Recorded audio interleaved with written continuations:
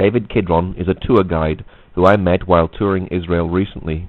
He was also in the army in 1967. 1967 is famous for the Six-Day War, and I asked David how the Six-Day War started. It started a few days after the Independence Parade, when the Egyptians brought into Sinai about 80,000 troops. And by doing so violated the agreement between Israel and Egypt, over which the Egyptians would not be allowed to keep any force in the Sinai, which was replaced by UN force. A few days later, the Egyptian President Nasser ordered the UN force to move out of Sinai, and they never acted so fast in their life. They left right away, leaving us in a situation where the Straits of Kidron have been sealed for us in our navigation along the Red Sea. Not only the Suez Canal has been always closed for us, now the only other passable way has been closed for us, which means we are disconnected completely from the African countries by trade and commerce. The city of Eilat is actually strangling. There is no way to bring over any oil into Israel or export anything from Israel to Africa and Asia, and those straits had to be opened. The idea was to open those straits, and in order to go down to the straits, one has to go down toward the Sinai. There's no other way. That's how it started. Now, it's been known as the Six-Day War. Why was it Six-Day War? Well, the war lasted exactly 6 days. When Israel managed to destroy completely the Arab air forces on the ground before they managed to take off by a very well-planned attack. And once they were left with no air support, it wasn't that difficult any longer, although it was not a picnic. It took like 4 days to reach the Suez Canal and take over the entire Sinai. It took about 3 days to take the entire West Bank of Jordan and liberate Jerusalem and reunite it. It took like 24 hours exactly, 27 hours as a matter of fact, to take over the Golan from the 11th of June 1967 to about the end of the 26th of June 1967, and by doing so, completing this operation, the war was actually coming to an end. Now, in 1967, in the Six-Day War, you won the old city of Jerusalem and the Golan Heights. Do you think Israel should now give back the Golan Heights, or should they keep them? Do they need to keep them? I believe that Israel should keep the Golan Heights. It's the best guarantee for us that the situation of living under constant shelling and bombardments is not going to repeat itself.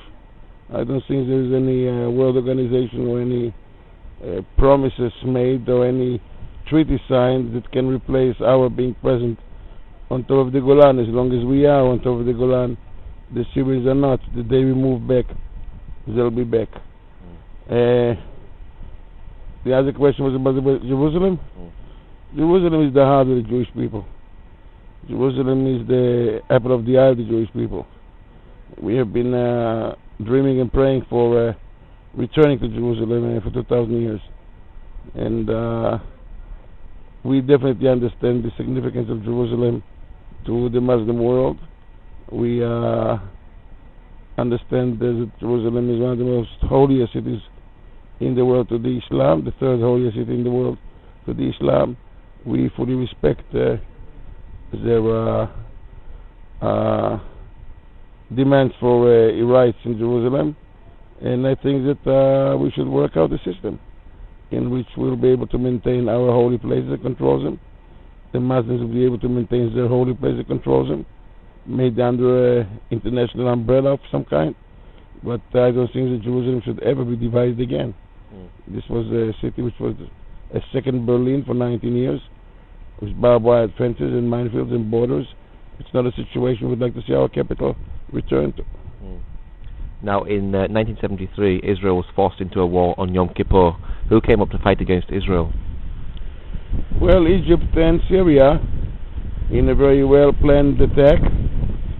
which began about 2 o'clock in the afternoon. The Egyptians, of course, in the Sinai, and the Assyrians in the Golan. We found ourselves being attacked in the holiest day for us as Jews. Many of the boys in the army have been sent home to spend the fasting day and the holiday with their families. We also left the Golan with a very minimal number of tanks. We found ourselves attacked in the most bitter way can be. And this was a bitter surprise to us. Although we had some intelligence reports about the possibility of a war breaking out, we probably misinterpreted some of the movements of the Arab armies on both sides, the Egyptian and the Syrian front. We, in a way, underestimated the growing in power, in training of the Arab armies. I have the feeling that as a result of the 6 Days War, we developed this sort of feeling of a Superman that is capable of doing everything, and when you think this way, you pay a price for it, and we did. So why did the Arab nations attack Israel? In 1973, the attack was actually to take back whatever we took from them. In 67, I remember one of the slogans of the Egyptian President Nasser after the war was, whatever was taken by force is going to be returned by force. And when the Egyptians came to the conclusion that they're not going to get the Sinai through negotiations of any kind, they refused to negotiate with Israel.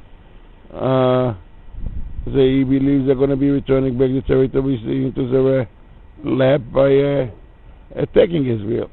As a matter of fact, in the very first summit meeting of the Arab countries after the 6 Days War in Khartoum, the statement which came out of this conference was no negotiation with Israel, no recognition of Israel, and no peace with Israel.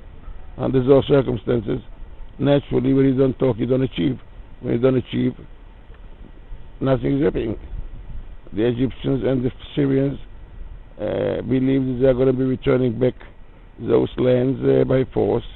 They found us much closer to the capitals than we ever were in any other war before. So what was the feeling amongst Israelis at the time? It was a very mixed feeling. At the beginning, let me say, the very first few days of the war was a feeling of helplessness. It was a feeling of loss. It was a feeling that we messed up. It was a feeling that somebody's got to pay with their head for the big mistakes being made. And this definitely changed into some feeling of pride and of achievement when we realized where the new lines are being drawn, when we realized where our forces are, when we realized that we managed to push the enemy away from our land. But remember, we lost during the Yom Kippur War like 2,500 people on both fronts, maybe more, 2,600 people. This was a terrible and heavy loss for a small nation like Israel in a war which was completely unnecessary, a war which achieved nothing. Both sides did not come out with the upper end. We like to remember only the very last days of the war. The Arabs definitely want to remember the very first days of the war, when they were not very far from taking back from us most of what we took from them in 67. So how was Israel able to win this war? Well, we won this war because we did not have a choice. And this secret formula called no choice is what made it possible for us to win wars. We found ourselves attacked. We had to defend ourselves. And we threw into this war everything we could. And definitely the result of better training, the result of better equipment, more sophisticated, showed its results at the end. Now I understand the Arabs had in some way a secret weapon by using their oil. What did they do with the oil? The first time Arab countries have been using a toy we've never been using before, and use the oil boycott as a weapon against the big industrialized Western countries in order to put pressure on Israel. And I remember slogans in the streets, even of New York. When I went to the States during those years, we don't want Jews, we want oil. And this is what the world has been facing. This is what we faced. I remember the long lines of the cars waiting for odd days or even days where they could fill the tanks with oil. Definitely all this feeling that the Western countries, the industrial world, which is so used to reach out their hand and get the oil they want, not being able to because of some Arab-Jewish conflict, did not add much to the support in Israel and our popularity. We faced tremendous pressure to the point that we have been forced to return back to the old lines before the Yom Kippur War broke out, which means the lines of 1967, and this was also when we were giving back the city of Quneitra to the Syrians. So Israel has been through many wars since then. What's your prayer for this nation, this land? My prayer is to make sure that my children won't have to go to war again.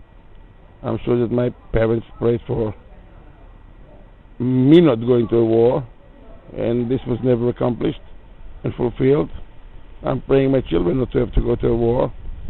I'm very skeptic if this is going to be fulfilled. I don't know if this is destiny which brought us to the situation that we have to go to war ever so often, but my prayers are definitely that peace is going to come down to this part of the world, and that we could live our lives in peace for the benefits of everyone.